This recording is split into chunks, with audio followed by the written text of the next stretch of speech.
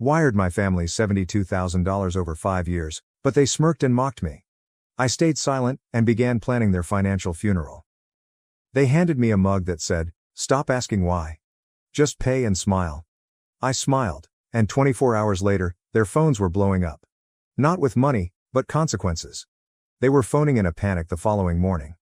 My mother held up her wine glass and said, "Come on, it's funny," as the Easter centerpiece softly shaded her face. With an uncontrollable smile, I sat there in silence, holding that mug that Ashley had just given me. Stop asking why, just pay and smile. Everyone chuckled. Dad laughed too, from his side of the table. Ashley made a fictitious toast with her glass. She continued, "To our sponsor." And then, as if it were the joke she had been waiting all night to say, Mom added, "You're not our son, you're our sponsor." More than laughing, the words lingered in the air. I had recently sent $18,000 to pay for Mom's second root canal, Ashley's small fender incident that inexplicably required a whole bumper replacement, and their past due mortgage. After cutting short my work trip to attend to their emergency, I hadn't even finished unpacking. And now this. "Ashley," I uttered while clutching the mug in my hands. "Where did you even find this?" She smiled and said, "Oh, I had it custom made. Thought it fit. You're always stressing about why you're the one helping everyone. We just thought we..." First I glanced at my mother, then at my father. Mom grinned. "Don't be so sensitive. You've always been the generous one." Dad never even raised his head from his phone. "It's just a joke. Relax." "Correct. It's a joke. They joked last Christmas that since you essentially manage the household, I should deduct family expenses from my taxes. Or how, when I was promoted at work, they made a joke about upgrading their sponsor." I surveyed the table. Ashley was wearing her expensive pastel dress, which I bought for her after she said she couldn't afford an Easter-appropriate outfit. Dylan, her fiancé, stuffed his face as if it were a free buffet, which it was. Mom grinning as if she hadn't just used tears and shame to persuade me to settle her credit card bill. And Dad, not there as usual, unless someone needed funding, fixing, or signing something. Mom went on. "Isn't this nice? A real family holiday." It wasn't pleasant. It wasn't real at all. It was a show. And the entire show was sponsored by me. I gave them the smile they requested. And something silently and irrevocably broke inside of me at that very instant. This was not always the case. Or perhaps it was, and I was simply too preoccupied with trying to be helpful to see the rot taking hold. I was raised to believe that love was based on favors. That being the one who could be relied upon meant being the one who was loved. That they would eventually look at me the way they looked at Ashley if I put in enough effort, gave enough, and solved enough problems.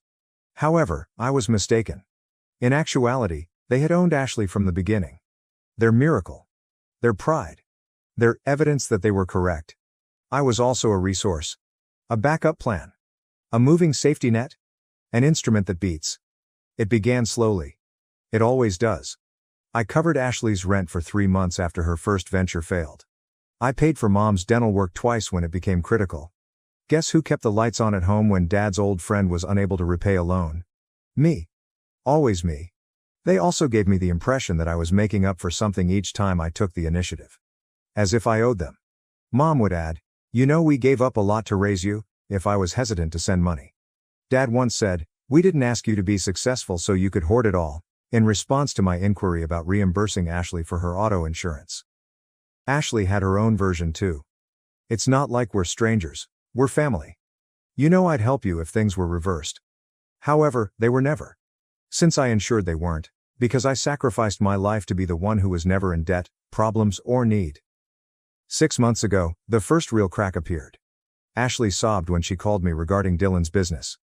"It's falling apart," she cried. "If we don't cover the next round of equipment, he'll lose everything. Please. You know I'd never ask unless we were desperate." That following evening, I transferred $4,700. A week later, I noticed her in a picture at a posh winery, laughing, sipping a glass of wine, and Dylan flashing a Rolex next to her. "We weekend," reads the caption. Well deserved? I remained silent. Rather, I thought, perhaps it was sponsored. It might have been old. Perhaps she needed the respite. However, the pictures continued to appear. High-end footwear. Brunches. New iPhone. And then the Easter meal. Using the mug. The derision. The joke from the sponsor. After that night, I began going through my accounts. I traveled back 5 years. $72,850. I had given them that amount. Given, not borrowed. In gifts, bailouts, transfers, payments, and emergency coverage. When I saw the total, my hand trembled. I gave my bank a call. 3 joint cards were frozen. I updated all of my passwords on the internet. Established a fresh savings account. I transferred my remaining funds there. I received a text from Mom that evening. "Hey honey, can you send $600? I forgot to pay the HOA and they're threatening a fine, just till Monday." I didn't respond. Ashley 10 minutes later. "Mom says you're mad? Is this about the mug? Come on, don't be weird. It's just a joke. Nothing has changed." Then, "Mom at midnight. We didn't mean anything by it. You know we appreciate you. Don't make this a thing." I gazed at the display. Respect me? Like when they thanked me for driving 6 hours in the snow to pick up Dad from the emergency room because Ashley needed to go to the spa. For example, they didn't include me in the Maui family vacation since you wouldn't want to spend money on such a thing, right? No, this was not a show of gratitude. It was addiction. The version of me that paid discreetly and made no requests was the one they were addicted to. Withdrawal is cruel, all right. Ashley arrived to my flat early the following morning. She walked in like she owned the place as soon as I opened the door. "Seriously," she said abruptly. "You're ignoring us now?" My back was to the counter. "You mean like how you ignored my last raise, my last birthday, and every time I said I was overwhelmed?" She laughed. "You're making a scene over a joke mug." "No," I replied. "I'm making a scene over $72,000 and zero respect." She stopped talking after that. She blinked. "What are you talking about?" "I've tracked every penny I've sent in the last 5 years," I replied. "Every emergency. Every loan you never paid back. Every phone call that ended with me feeling like I owed you something." Defensive, Ashley crossed her arms. "We're family. You're supposed to help." "No," I replied. "I did help. I helped you stay comfortable while calling me uptight. I helped Mom pay off her cards while she called me paranoid. I helped Dad with his projects while he told people I was cold." She gave an eye roll. "This is so dramatic. What, you're cutting us off now? Going to punish us?" I grinned. "No," I muttered. I stopped asking why. And for once, I smiled while saying no. I couldn't get that smile off my face the remainder of the evening. Apparently, word got out quickly. Because the following evening, I received an invitation with the subject line, "Let's clear the air," for a family Zoom call. It was sent by Ashley. She did, of course. Not being at the heart of resolution was something she could never tolerate. The call began around 7 p.m. Sharp. Ashley exuded strategic appeal with her immaculate appearance. Mom exercised concern and was all pearls. Dad, as usual, silent, uninvolved. Dylan hung in the background, his shoulders partially out of sight, as though he was worried that guilt would spread. "Hey, there he is," exclaimed Ashley. "Glad you made it. We figured it's time to move on, right?" Mom said, "Of course," and nodded. "It's Easter season, time to heal, family first." With ease and control, I grinned. Glad we're all on the same page. Ashley started off with a self-congratulatory speech about how sticking together makes us stronger and that tension isn't healthy. It sounded to me like background jazz. I accessed my banking app on my phone after unlocking it beneath the table. When I opened the insurance dashboard, Ashley was in the middle of saying something about re-establishing confidence. Ashley's Toyota Corolla from 2021. Registered under my name, paid on a monthly basis. Automatic payment of $249. I selected cancel, confirm policy, then change tabs. DMV website, Ashley receives ownership from me. Submitted, let's get back to banking. A last flourish. Give Ashley $1. Message, I will never give you another money. Put it in a frame. Click. Completed. Her cell rang. She frowned, blinked, and looked down. What is this? I took a drink of my tea. I just took care of something important. Mom narrowed her eyes. What kind of important? I grinned and leaned in. Don't worry. You'll feel it by tomorrow. After that, I unmuted myself, selected leave meeting, and saw their bewildered, frozen faces disappear like vapor. My phone's chime verified everything. The money has been sent. Cancelled insurance. Transfer of title. Additionally, Ashley received a legal email in her mailbox informing her that she was now the proud owner of her own mess. At precisely 9:17 in the morning, Ashley's vehicle vanished from her driveway. She texted me as soon as she noticed it, so I know that. Ashley. Have you canceled my policy? Ashley. Really? Ashley. I've lost my automobile. Towed. Ashley. It's insane. Give me a call now. I didn't respond. After an hour, my mother began phoning. Next, my father. Then Dylan. In less than an hour, 8 calls were lost. I was aware of what would happen next. We need to talk, Dad texted. 5 p.m. on Sunday. Only family. No justifications. Excellent. I arrived without a smile on my face, guilt-free, without regrets. I knew they would all be there, and they were. My mother, with her arms folded like a disgruntled educator. My father, hands on his lap, tense. Ashley, hair disheveled, phone gripped like a weapon, no car keys visible. Dylan, silent, pale-eyed, and flitting, sat off to the side. Sit, Dad muttered. I remained upright. Mom yelled, You think this is funny? What you did to your sister? The humiliation? The danger? I arched my eyebrow and asked, Danger? You mean finally making her responsible for her own property? That kind of danger? Ashley's voice was shrill and scared as she jumped in. You had my car towed. No, I replied. You had your car towed. I just stopped paying for it. I took a big, well-organized, color-coded folder out of my bag. Saying, 1.72, $850, I placed it flat on the coffee table. That's how much I've given this family over the last 5 years. Everyone fell silent. I'm not asking anymore. I'm demanding repayment. With a harsh, trembling laugh, Mom laughed. You can't be serious. Oh, I am, I replied. For the first time in my life, I'm dead serious. I opened the folder. Included are well-highlighted bank statements, transfer logs, Zelle screenshots, and auto payment plans.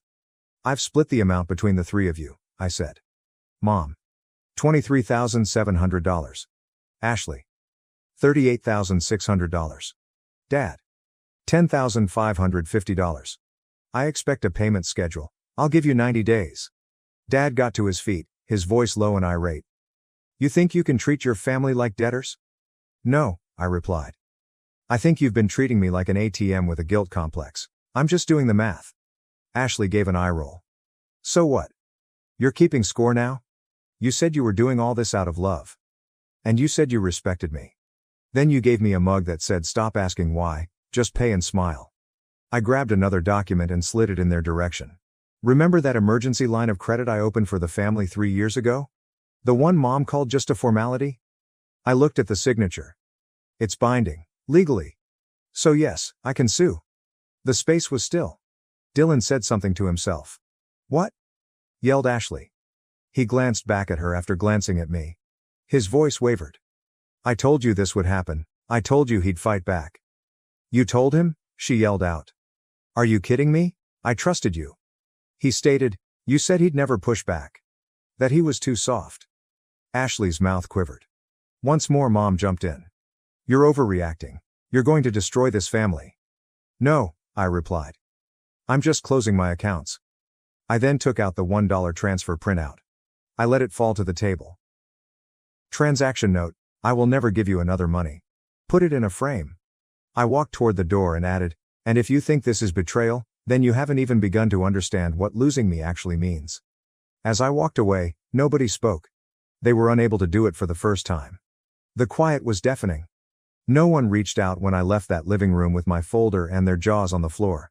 No angry texts, no calls of guilt. Ashley didn't even post one passive-aggressive meme. It was joy. My phone was silent for the first time in years. Quiet not because they were ignoring me, but because I had earned it. I wasn't frozen. I had freedom. Even while I would love to say that I moved on right away, doubt did start to creep in 3 days following the showdown. While deciding whether to switch brands to save money, I was standing in front of the oat milk section at the grocery store when I had the idea, what if I was too harsh? What if I had been able to manage it better? Then, as if on cue, my phone buzzed. Ashley was the one. Ashley. Mom's blood pressure went up, just so you know. She claims that the stress you produced is the reason. It was there. Like the head of a snake. Emotional coercion, guilt, and blame were all remnants of the old cycle. I didn't flinch this time, though. Me was the second word I typed back. Blocked. I meant it too. The consequences were immediate. Mom unexpectedly arrived at my apartment building 2 days later. Only because I was buzzed by the front desk did I know. She says she's your mother and it's an emergency. I didn't even inquire about the nature of the situation. Tell her the sponsor's out of service? That was all I said. However, their desperation wasn't the most outrageous thing, it was the pleasure it brought. I was returning to the gym. Improving the quality of sleep. Making food without causing tension. I'm browsing my financial app. I felt as though my flat had been holding ghosts that I had been unaware of until I expelled them. Then one evening, I received an unexpected message. Ashley didn't say that. Not from my folks. From Dylan. Dylan. Can we have a conversation? I realize this is strange. I spent some time looking at the screen. I couldn't tell if it was bait or not. I couldn't be certain if he was a puppet. But I was intrigued. Speak. Not a favor. Not guilty. Simply speak. Dylan. I understand. I do. I have a message for you, by themselves. The following day, we decided to meet in a coffee shop. Land that is neutral.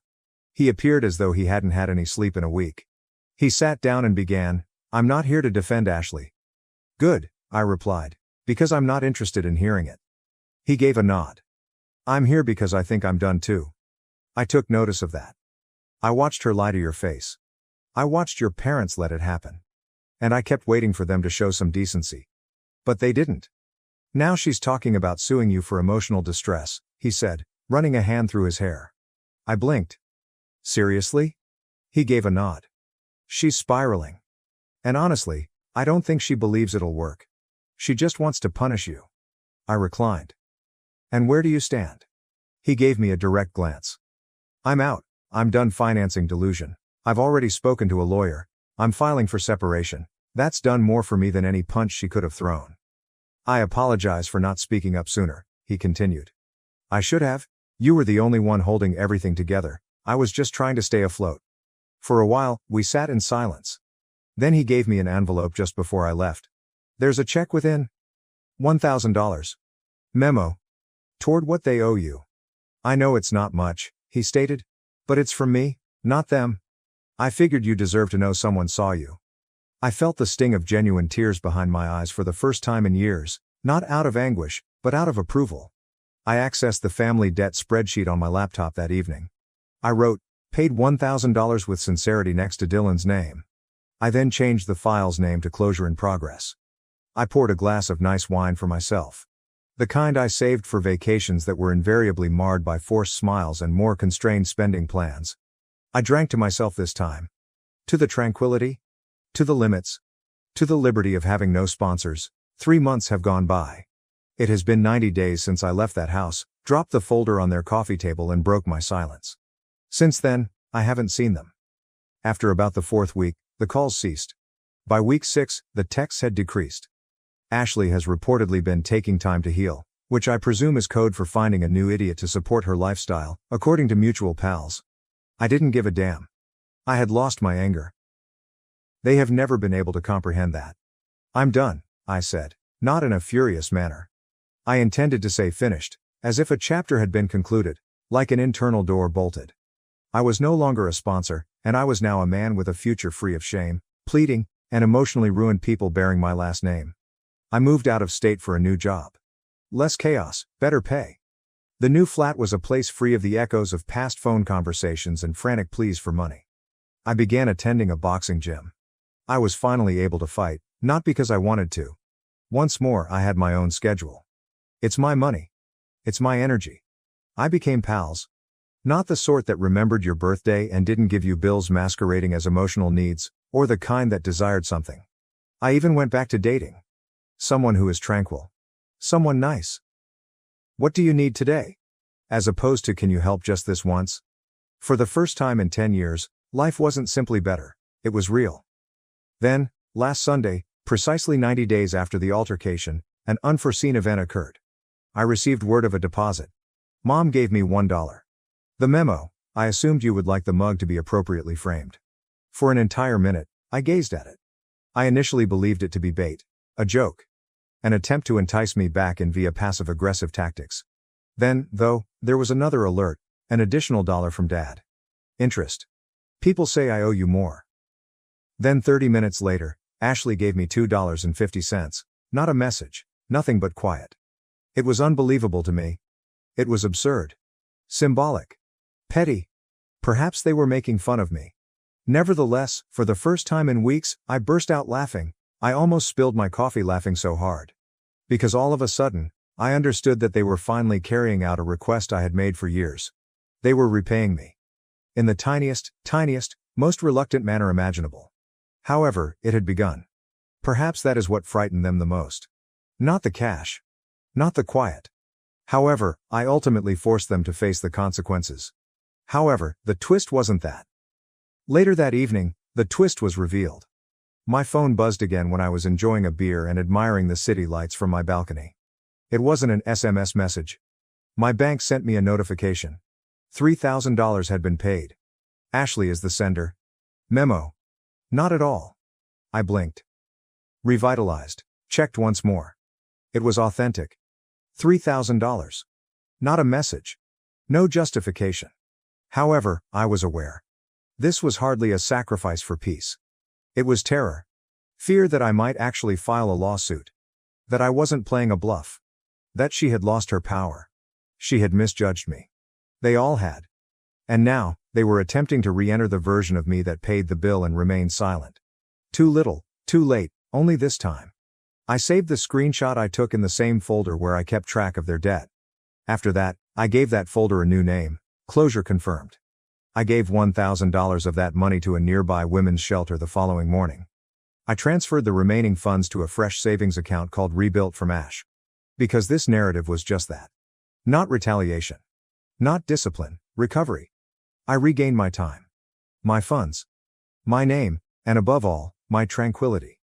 And as I stood in my new flat, which was bright and full of plants and had no signs of coercion, I muttered as I gazed around. This is what family should feel like. Thanks for watching and diving into this wild family drama with me. If you love Reddit family drama, don't forget to subscribe and turn on notifications so you never miss the next one. My parents tried to give my inheritance to their golden daughter, but my grandparents had a surprising twist in store. The male 28-year-old hails from a family with a complicated and long history of favoritism. My younger sister Amy, 25, has always been chosen by my parents, particularly my father, over me. This predilection began in childhood and only worsened as we grew older. Amy was the golden child in my early memories. When I was 5 and she was 2 years old, our parents threw her an elaborate birthday party complete with professional face painters, a bouncy castle, and a petting zoo. That year, I celebrated my birthday with a store-bought cake and a little family lunch. This helped set the tone for years to come. As we grew older, the disparities became clearer. Amy always got the coolest toys, the best clothes, and the most attention. I remember saving months of allowance for a new bike when I was 10 years old. Amy wanted one as well, so when she saw it, she threw a fit. Rather than teaching her about waiting and saving, my parents went out and bought her an even nicer bike than mine. Another area where bias was visible was in education. Amy's parents attended all of her school festivities, whereas they usually missed mine. In 4th grade, I played the lead role in the school play. I practiced for weeks with considerable enthusiasm. My parents arrived an hour late on the night of the performance, so they missed my key scene. They consoled Amy after she complained of a stomach ache. She was fine later on. They had simply lost track of the time they spent playing with her. In terms of academics, nothing I did seemed to enough. I joined the math club, got straight A's in middle school, and even won first place in a regional science fair. Though my parents were unconcerned about Amy's accomplishments, they offered her a celebratory supper and a new phone as encouragement to keep improving when she received a B+ on one of her weakest subjects. Specifically, high school was difficult. With an eye on their approval, I immersed myself in any activity I could. Along with maintaining a 4.0 GPA, I was the editor of the school newspaper and the debate team captain. Amy breezed through school, barely maintaining a C average and spending much of her time hanging out with friends. I was chosen from our university as one of 2 junior-year applicants to participate in a well-known summer program at Harvard. It was an honor, and I felt wonderful. When I informed my father the news over supper, he grumbled and shifted the conversation to Amy's upcoming dance performance. At least my mother said, "That's nice." But she moved on quickly. My parents were unable to transport me to the airport on the night Amy's concert occurred on the same day I was leaving Harvard because they wanted to see Amy perform. I asked my friend's parents for a ride. Another painful experience was the college admission process. I spent months refining my writings, participating in extracurricular activities, and preparing for the SAT. Several prestigious institutions accepted me, and I was awarded a substantial scholarship to my preferred choice. When I told my parents about this at supper, their reaction was barely acceptable. "That's good, but don't let it run to your head. College isn't everything," my father warned me. "Just remember about us when you're off becoming a big shot," my mother remarked. My parents, on the other hand, were very understanding when Amy barely graduated from high school and decided not to attend college. They appreciated her for knowing herself and challenging conventional norms. They did something they never did for me. They paid for her car as a graduation gift. This repeated favoritism caused me significant emotional distress. Throughout my teens and early 20s, I battled anxiety and sadness. I began therapy in college and realized that my parents' behaviors were not my responsibility. Years of effort were required to improve my self-esteem and learn to validate myself without relying on my parents' approval. Despite the fact that my immediate family did not support me, I was able to live a respectable life. By the time I graduated from college with honors, I had a respectable job in finance and had even acquired my own home by the age of 27. Although my parents aren't, I'm proud of what I've accomplished. Here is where the present drama begins. On my father's side, my grandfather died not long ago. He left a big estate and was a successful entrepreneur who began from scratch. In his will, he divided his property evenly to his grandchildren, including myself, Amy, and our cousins, as well as his children, father, and siblings. My half of the inheritance was substantial, about $500,000. It would have allowed me to invest in my future, pay off my student loans, and possibly even start my own business someday. This unexpected windfall and the opportunities it could provide made me thrilled. When the will was read, my parents visibly became irritated. Later, they got me aside and told me that they thought it was unfair that I received an equal share. Amy, who lives in our parents' basement and works part-time at a coffee shop, said she needed the money more because she was struggling. Even though I was surprised, I tried to remain calm. I stressed that Grandpa made this decision. They had no say in how he did it. They insisted that I act morally and give Amy my due share. They were upset when I declined and started guilt-tripping me, calling me unappreciative and selfish. Every occasion that my father could recall in which they had assisted me was discussed. Though I worked part-time to help with funds, Dad prioritized paying for my medically necessary braces, purchasing the absolute minimum of school supplies, and allowing me to live at home while attending college. He conveniently forgot about the car they purchased Amy, the numerous shopping trips, and the fact that they still support her at the age of 25. The situation became increasingly more serious. My father, as executor of the will, decided to handle everything himself. Along with her own inheritance, he claimed that he would interpret Grandpa's intentions and give Amy my entire share. He said Grandpa would have hoped he knew about our unusual predicament. I was broken. This was not only clearly illegal, but it was also a painful reminder of how little my parents thought of me. I tried to argue with them, pointing out that Grandpa had always treated all of his grandchildren equally and was aware of our situation. My mother then accused me of speaking badly of the deceased by saying that Grandpa would have wanted anything other than what my father advocated. I recalled memories of Grandpa encouraging my academic and career objectives, but my parents dismissed them as misinterpretation. They stated that Grandpa wanted to make sure Amy was taken care of and had quietly expressed concerns about her future. When I inquired why he hadn't simply penned the will that way, they didn't respond. Amy, for her part, felt embarrassed in the situation but did not criticize our parents. When I tried to talk to her alone, she simply shrugged and said, "Mom and Dad know best." She was clearly not going to be much help. I sought advice from Grandpa's widow, my paternal grandmother, as I felt misled and wounded. She grew outraged when she found out what was going on. She informed me that my parents had no right to change the will, and that this was not what Grandpa had intended. Grandma sent some material that clarifies the situation. Several years ago, my parents allegedly urged Grandpa to leave everything to Amy in his will. Grandpa had fiercely resisted, stating that all of his grandchildren should be treated equally. He had even inserted a provision in his will stating that anyone who challenged the equitable distribution would lose their peace. Armed with this knowledge, I questioned my parents. Grandma's revelation of their previous attempt to influence the will astonished them. Saying they were simply concerned with Amy's future helped my father explain it, but I could see the guilt on their faces. Grandmother acted immediately away. She contacted the other executors and lawyers listed in her will.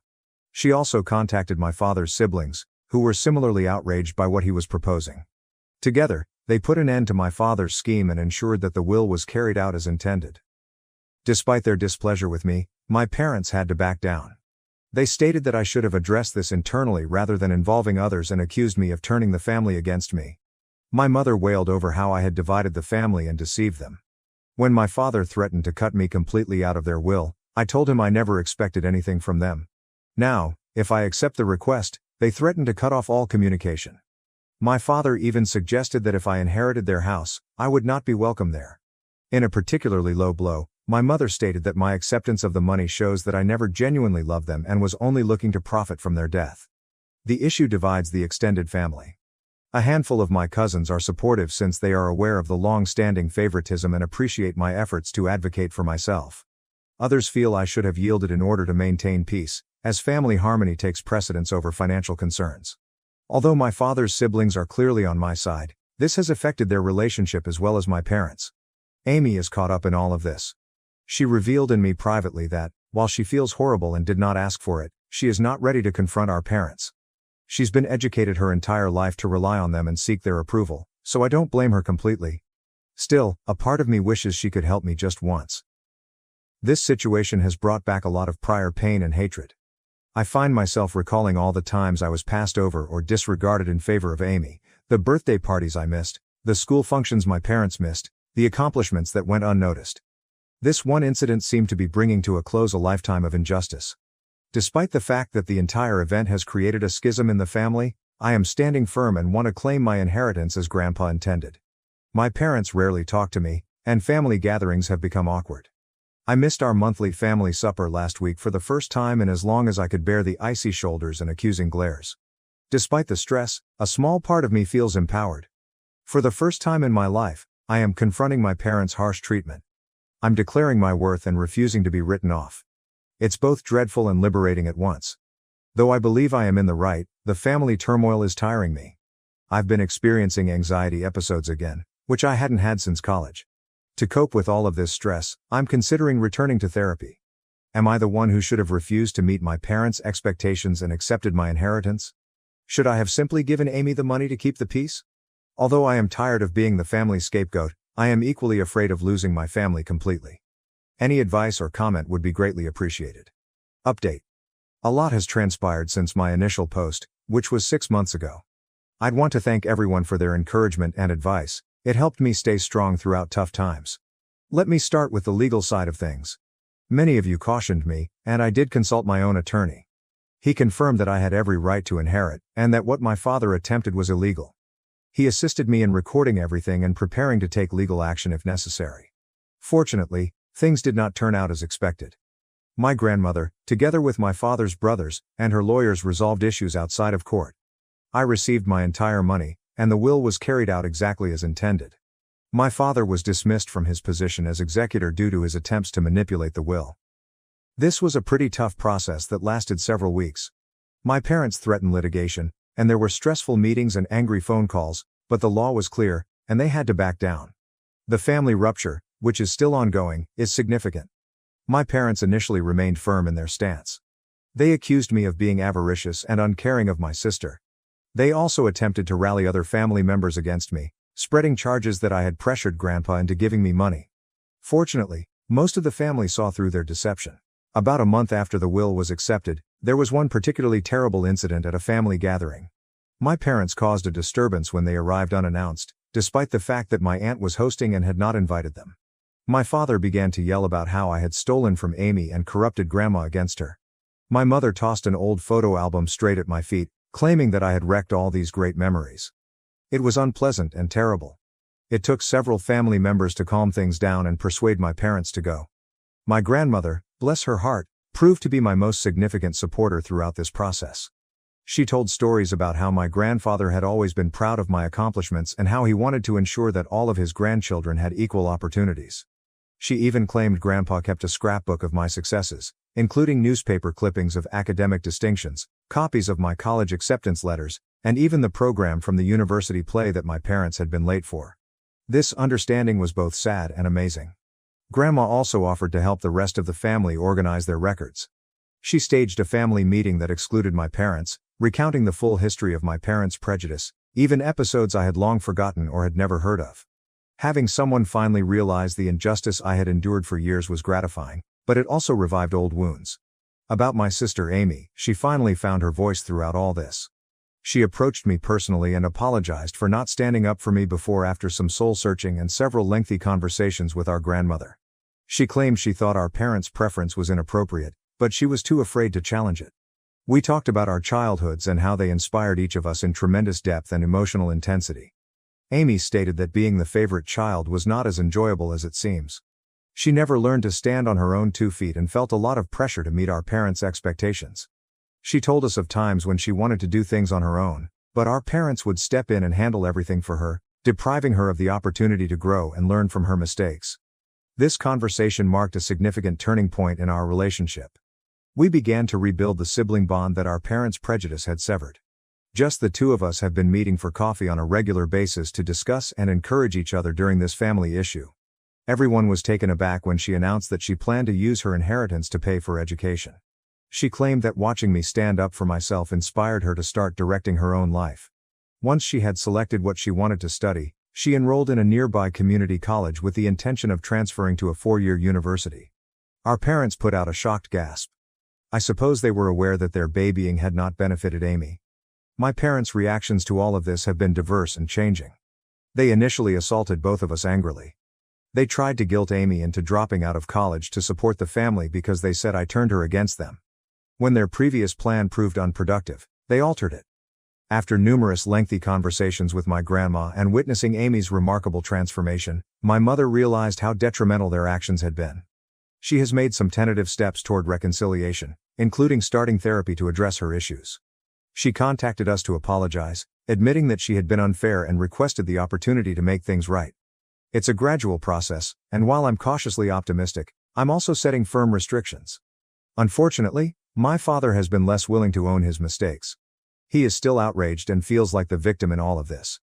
He has been cool toward Amy since she decided to go to college and hardly speaks to me. He has tried to control us several times, threatening to sell our childhood home if we don't come to our senses or forgiving us if we admit we were wrong.